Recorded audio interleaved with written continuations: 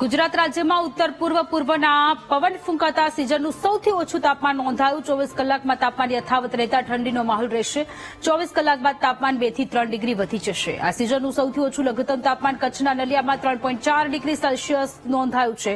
આ ઉપરાંત ભુજમાં પણ 9.2 ડિગ્રી, ઉત્તર ગુજરાતના ડીસામાં 8.8 ડિગ્રી તાપમાનનો પારો ગગડ્યો। આ સિવાય રાજ્યના 4 મહાનગરોમાં પણ ઠંડીનું જોર યથાવત રહ્યું, જેમાં અમદાવાદમાં છેલ્લા 24 કલાક દરમિયાન 12.1 ડિગ્રી સેલ્સિયસ લઘુત્તમ તાપમાન નોંધાયું।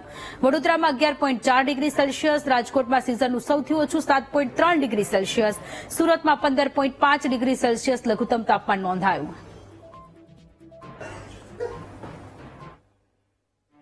अगले 7 दिन तक मौसम शुष्क रहने का पूर्वानुमान दिया गया है और जो लघुत्तम तापमान है वो अगले 24 आवर तक ज्यादातर परिवर्तन नहीं होने का पूर्वानुमान दिया गया है, मतलब एनएलसी दिया गया है।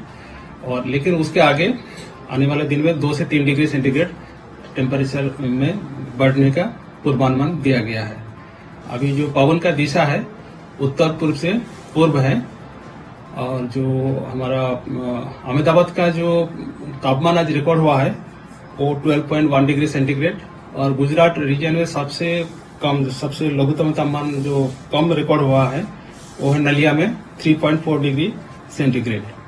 और अहमदाबाद और आसपास क्षेत्रों के लिए आसमान क्लियर स्काई रहेगा और जो लघुत्तम तापमान है 13 डिग्री सेंटीग्रेड के आसपास रहने का पूर्वानुमान दिया गया है। और स्पीड 5 से 10 नॉट के आसपास ही रहेगा।